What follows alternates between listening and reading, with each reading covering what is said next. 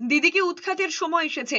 শুকনার সভা থেকে হুঙ্কার দিয়েছেন অমিত শাহ। তার কথায় বাংলার মানুষ মমতা বন্দ্যোপাধ্যায়কে সরানোর সিদ্ধান্ত নিয়েছেন। বিজেপি ছাড়া কেউ গোর্খাদের সমস্যার সমাধান করতে পারবে না। কেন্দ্রীয় স্বরাষ্ট্রমন্ত্রীর দাবি, কেন্দ্র বৈঠক ডাকলেও যোগ দেয়নি রাজ্য সরকার।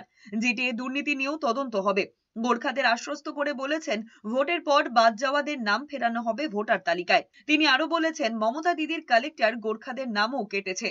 আশ্বস্ত করে বলেছেন, নির্বাচন মিটলেই বেছে বেছে প্রত্যেক গোর্খাদের নাম পুনরায় ভোটার তালিকায় তুলবে বিজেপি। হুঁশিয়ারি দিয়ে বলেছেন, বিজেপি এলে উত্তরবঙ্গ থেকে ধরে ধরে অনুপ্রবেশকারীদের বের করবে বিজেপি।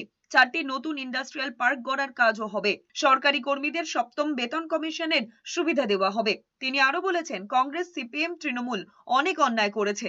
সুভাষ ঘিসিং এর প্রতি অন্যায় হয়েছে। মমতা বন্দ্যোপাধ্যায়কে এর হিসেব দিতে হবে। আশ্বস্ত করে বলেছেন, পাহাড়ের সমস্যা সমাধানে যাতে আন্দোলন না করতে হয় সেই ব্যবস্থাও করবেন। गोरखा समस्या का गोरखाओं के हिसाब से समाधान कर जाएंगे।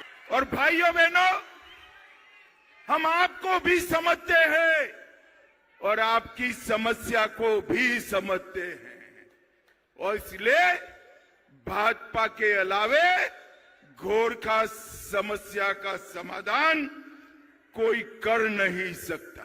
इस बार पूरा बंगाल तय कर बैठा है कि दीदी को निकालने का टाइम आ गया है।